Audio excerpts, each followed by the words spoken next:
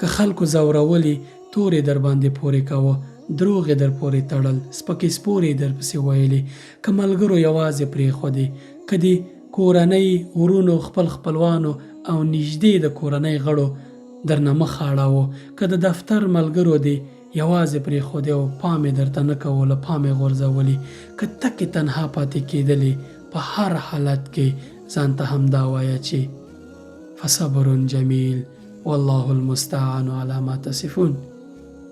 صبر کومه، ښه صبر کومه او الله پاک زما مرسته کوي. په هغه څه کې چې خلک یې ما پسې وایي دي، خلک دې ستړي، خو زه الله پاک ته رجوع کومه.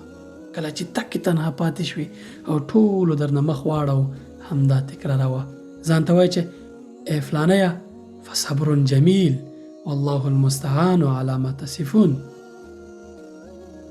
هیڅ کله به خوارزار نشي، ذلیل به نشي، ځکه چې یوسف علیه السلام تاریخ مو لوستی. آیا الله پاک یوازې پرېښود؟